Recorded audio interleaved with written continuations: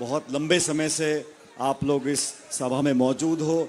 मैं सबसे पहले आप सबको बहुत बहुत धन्यवाद देना चाहता हूं, बधाई देना चाहता हूं कि हमारी पार्टी के, राहुल गांधी जी के और देश के इस महत्वपूर्ण मुद्दे पर आप सब लोगों की उपस्थिति इस बात को दर्शाती है कि आने वाले समय में हम इस मुद्दे को पूरे देश प्रदेश में लेकर जाएंगे। दोस्तों, सभी नेताओं ने अपनी बात विस्तार से रखी और बहुत अच्छी तरह आपको उस मुद्दे के बारे में बताया जो आज देश के लिए एक बहुत बड़ा चिंता का विषय है। आप सभी जानते हो, आज से कुछ दिन पहले राहुल गांधी जी ने बिहार में वोट अधिकार रैली निकाली, एक यात्रा निकाली।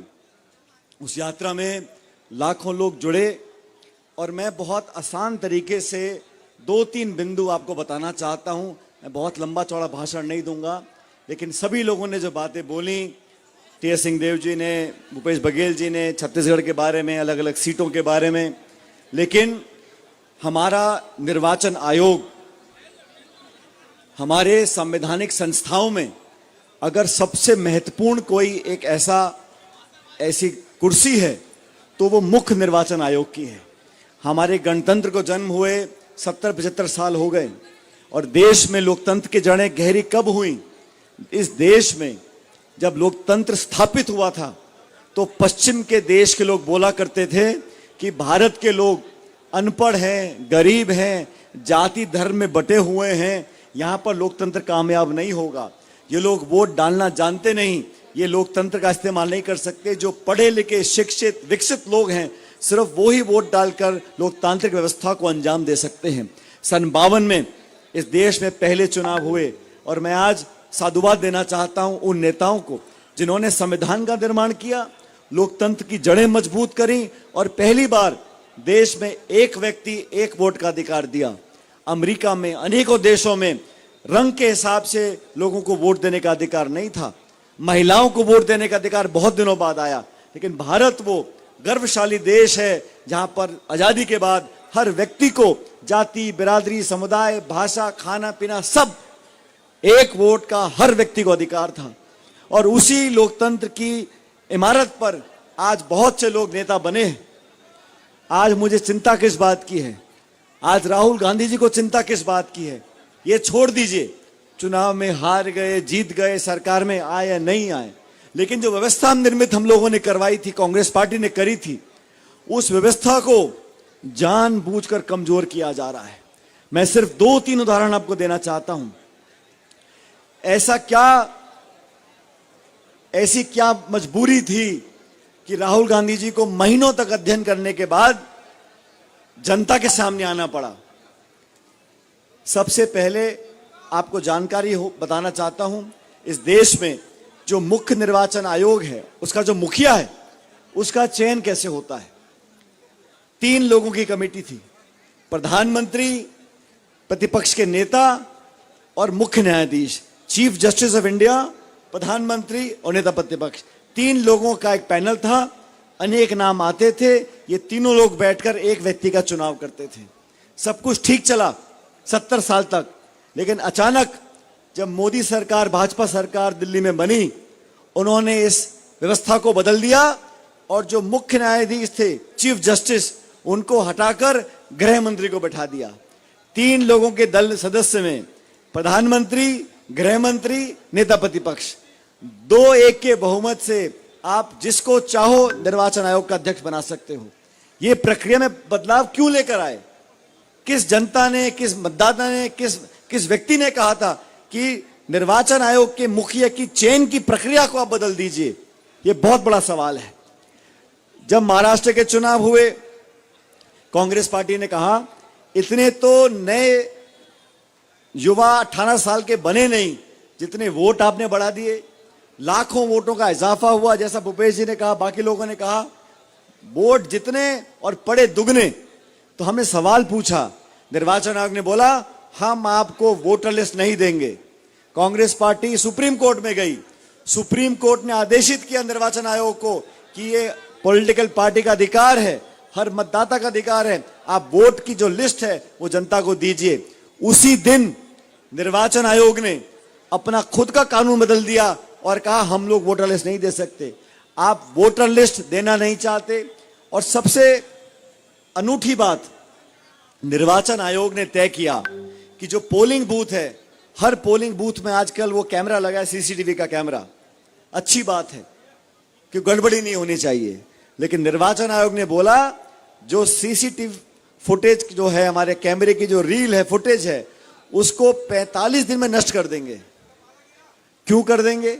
अगर मैं कल कोर्ट कचहरी जाऊंगा अपने चुनाव में हार जीत को चुनौती देने के लिए, कोर्ट सबूत मांगेगा। सबूत निर्वाचन आयोग के पास है। निर्वाचन आयोग 45 दिन में सीसीटीवी की फुटेज को नष्ट करना चाहता है। आप निर्वाचन आयोग का चयन कैसे होगा, उसमें बदलाव करते हो, वोटर लिस्ट देते नहीं हो, सीसीटीवी फुटेज को आप डिलीट करना चाहते हो। आप चाहते ये हो कि एक पार्टी का राज हो, एक विचारधारा हावी रहे, देश में हम लोग धरने करें, प्रदर्शन करें, वोट मांगे, लेकिन जो चुनाव कराने वाली संस्था है, अगर वो पारदर्शी नहीं होगी, अगर वो सच के साथ खड़ी नहीं होगी। और राहुल गांधी जी ने सवाल पूछा निर्वाचन आयोग से, मुझे इतना अजीब लगा, हम सवाल पूछें निर्वाचन आयोग से, जवाब देते हैं बीजेपी के प्रवक्ता। बीजेपी के प्रवक्ता, बीजेपी की सरकार निर्वाचन आयोग को संभालने में, बचाव करने में लगी है। ऐसे चलेगा नहीं। आज जो हमने नारा दिया है, वोट छोड़ गद्दी चोर, वोट चोर करने वाले लोगों को गद्दी छोड़नी पड़ेगी। इस देश में बहुत से काम हुए होंगे, लेकिन वोट की चोरी हमारा मौलिक अधिकार है। हर व्यक्ति एक वोट का मालिक है, चाहे बड़ा से बड़ा उद्योगपति हो या ठेला लगाने वाला हो, रिक्शा चलाने वाला हो, एक एक वोट का मालिक है। आप उस व्यक्ति से वोट छीन लोगे। बिहार में लाखों लोगों के नाम काट दिए क्योंकि वहां चुनाव अगले महीने 2 महीने में होने वाले हैं। 6, 7, 8 करोड़ लोगों की आप 1.5-2 महीने में गिनती कर सकते हो। और मुझे बड़ा खेद है कि गृह मंत्री बोलते हैं कि राहुल गांधी जी यात्रा बिहार में निकाल रहे हैं घुसपैठियों की पैरवी करने के लिए। इस देश का जो छोटा किसान है, गरीब है, दलित है, पिछड़ा है, आदिवासी है, अल्पसंख्यक है, क्या वो घुसपैठिया है? वोट के अधिकार से वंचित करना लोकतंत्र में सबसे बड़ा पाप है। आप मैदान में आ जाओ, हार जीत हो जाएगी, लेकिन इस प्रकार वोट की चोरी कर कर आप राज करोगे तो जनता बर्दाश्त करने वाली नहीं है। इस देश में, प्रदेश में आज जो लोग मेहनत कर रहे हैं, बाढ़ के हालात हैं कई राज्यों में, छत्तीसगढ़ में बहुत बात आई। बस मैं बात करता दीपक जी से, बस्तर वाले संभाग में पूरी बाढ़ में मकान टूट रहे लोगों के, जिनके पास अपनी बचाव करने के लिए, अपने बच्चों का पेट पालने का समय नहीं है, जो दिहाड़ी करते हैं, मजदूरी करते हैं, खेती करते हैं, वो लोग इस संघर्ष को नहीं कर पाएंगे। इसलिए कांग्रेस कार्यकर्ता को, हमको, आपको मिलकर इस देश में जो लोकतंत्र स्थापित हुआ है उसकी रक्षा करने के लिए, गरीब जो अंतिम छोर में खड़ा है उसकी वोट जो चोरी हो रही है उसको रोकने के लिए हम सबको आगे आना पड़ेगा। और राहुल गांधी जी ने जो संकल्प लिया है, और मुझे खुशी है तमाम जो हमारे इंडिया अलायंस के नेता हैं, समूचा विपक्ष, देश की जनता इस बात को समझ गई कि ये गड़बड़ी कर कर, वोट की चोरी कर कर आप सत्ता में आते हो, जनता कभी माफ नहीं करने वाली है। आज छत्तीसगढ़ में सरकार बीजेपी के बने 1.25 साल हो गए। क्या क्या वादे किए थे? 1 लाख रोजगार देंगे, 500 रुपए का सिलेंडर देंगे। मैं सरकार से पूछना चाहता हूं, आपको क्या अधिकार था? 10,463 स्कूल आपने बंद कर दिए, आप लोगों को सड़कों पर लेकर आ गए, आपने मुआवजा किसी को दिया नहीं, आपने सरकार डबल इंजन की बना ली है, लेकिन वादा खिलाफी करते हो। और सवाल पूछो तो फिर वही मंदिर, मस्जिद, हिंदू, मुसलमान, हिंदुस्तान, पाकिस्तान, बस। बाकी खाद, बीज, खेत, पानी, चीनी, बिजली से कोई मतलब नहीं। इस सरकार को भी बदलना है, लेकिन सबसे पहले हमें अपने संविधान में जो ताकत दी है एक एक वोट की, उस वोट की रक्षा करनी पड़ेगी। मैं अध्यक्ष जी से, महंत जी से चर्चा कर रहा था। आज आप सब लोग यहाँ बिलासपुर जिले के आसपास के इकट्ठे हुए हो, ये संदेश पूरे देश में जाना चाहिए कि वोट चोरी हमारी करेगा, जनता बख्शेगी नहीं। और ये भारतीय जनता पार्टी सत्ता के दम पर, पैसे के दम पर लोगों को डराकर हमारे नेताओं को आप बंद करना चाहते हो। कवासी लखमा जी आज जेल में बंद कर रखे हैं, भूपेश जी के बेटे को आपने बंद कर रखा है। ये ईडी जो सीबीआई और इनकम टैक्स है, ये सिर्फ मीडिया को और विपक्ष के नेताओं को दबाने का इस्तेमाल हो रहा है। मैं चुनौती देना चाहता हूं प्रधानमंत्री जी को और गृह मंत्री जी को। आप बताइए 11 साल में कितने भाजपा के नेताओं पे छापा डाला है आपने? आपके सारे नेता साधु हैं, सब नहाए धोले, दूध के धुले हैं, किसी ने कोई गलती नहीं करी। जांच आप करो नहीं, छापे आप डालो, जेल आपके हाथ में, प्रशासन आपके हाथ में, न्यायपालिका पे आप दबाव डालते हो, ये जनता बर्दाश्त नहीं करने वाली है। जनता के लड़ने के लिए राहुल जी, प्रियंका जी, खड़गे जी, हम सब सामने हैं। साथियों, ये चुनौतीपूर्ण समय है, हमें इसे हल्के से नहीं लेना। आज इन नेताओं को टारगेट कर रहे हैं, कल जो इनसे मुताबिक नहीं होगा उस पर दबाव की रणनीति करेंगे। इसलिए हम सबको एकत्रित होकर आगे आना है। और मेरा आपसे विनम्र आग्रह है, तमाम जो हम लोग यहाँ मंच पर बैठे, सब लोग नेता हैं, कोई चुने हुए हैं, कोई जीते हुए हैं, कोई कहीं नहीं जीत पाए, लेकिन हम सब एक पॉलिटिकल पार्टी के कार्यकर्ता हैं। और ये वो पार्टी है जिसने 135 साल से इस देश को अपने खून पसीने से सींचा है। आज वो समय आ गया, हमारी आने वाली पीढ़ियां हमसे पूछेंगी, लोकतंत्र का जो हाल बाकी देशों में हुआ है, हमारे आसपास ऐसा कोई मुल्क नहीं है जहां लोकतंत्र इतना मजबूत है, चाहे नेपाल है, चाहे बांग्लादेश है, चाहे पाकिस्तान, चाहे श्रीलंका। हिंदुस्तान में ऐसा क्यों है कि आज लोकतंत्र मजबूत है? इन भाजपा के लोगों की वजह से नहीं है, ये कांग्रेस के पुश्ती जो पुराने नेता थे, उन्होंने इस देश को मजबूत किया था। अगर उस समय के प्रधानमंत्री जो बने थे पहली बार, वो भी कहते मैं सत्ता हमेशा में रहूंगा, विरोधियों को संभाला, विचारधाराओं को पनपने दिया, अलग अलग दल बन गए, गठन हो गया, चुनाव होते गए, हारते गए, जीतते गए, लेकिन लोकतंत्र को मजबूत किया।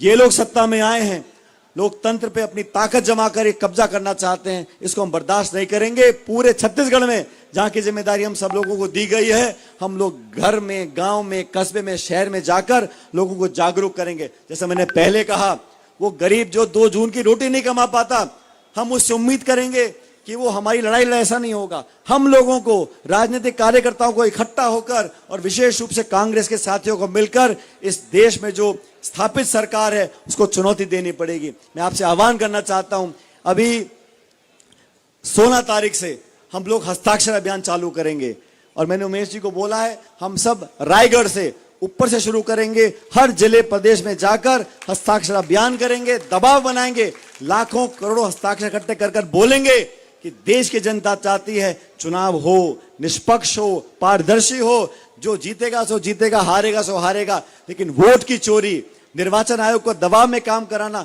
और साथियों, मैं तो निर्वाचन आयोग को दोष नहीं देता, जिन्होंने उनको नौकरी पर लगाया है, जो उनके आका बैठे हुए हैं। क्या प्रेस कॉन्फ्रेंस करी निर्वाचन आयोग के मुखिया ने, कहा सीसीटीवी की जो फुटेज है वो हम जनता को नहीं दिखा सकते। हमारी माताएं, बहनें, बेटियां वोट डालने गई थी, उनकी फोटो नहीं आनी चाहिए। ये क्या कारण है कि आप माताओं बहनों की फोटो वोट डालते हुए जनता को दिखाना नहीं चाहते? पढ़े लिखे लोग, जिम्मेदार पदों पर बैठे लोग इस प्रकार की बातें करते तो मन में ये शक पैदा होता है कि दाल में कुछ काला है।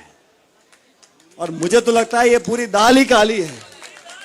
इन लोगों को सबक सिखाने के लिए गांधीवादी तरीके से, अहिंसा के तरीके से संकल्पित होकर आगे बढ़ना पड़ेगा। मैं धन्यवाद देता हूं प्रदेश कांग्रेस कमेटी का, जिला कांग्रेस कमेटी का और तमाम जो नेतागण यहां बैठे हैं। हम सब लोग एक मंच पर आकर आपसे आग्रह करने के लिए आए हैं कि अगले कुछ समय तक हम जनता के बीच में जाएं और जन जागरण अभियान रखें, जनता तक, लोगों तक, मतदाताओं तो उनको बताएं कि आपकी वोटों को छीना जा रहा है, हम बर्दाश्त नहीं करेंगे। इन्हीं शब्दों के साथ मैं आप सबका धन्यवाद करना चाहता हूं। आप लोग बहुत देर से यहां बैठे हो, लेकिन आने वाले समय में इस अधिकार की लड़ाई को राहुल जी के नेतृत्व में हम लोग लड़ते रहें, ये संकल्प हमें लेना पड़ेगा। आप सभी लोगों का बहुत बहुत धन्यवाद और मैं प्रभु से, परमात्मा से कामना करता हूं कि आप लोग खुश रहो, फलो फूलो, आगे बढ़ो और ईश्वर आपकी झोलियों में खूब सारी खुशियां दे। बहुत बहुत धन्यवाद। राम राम साहब।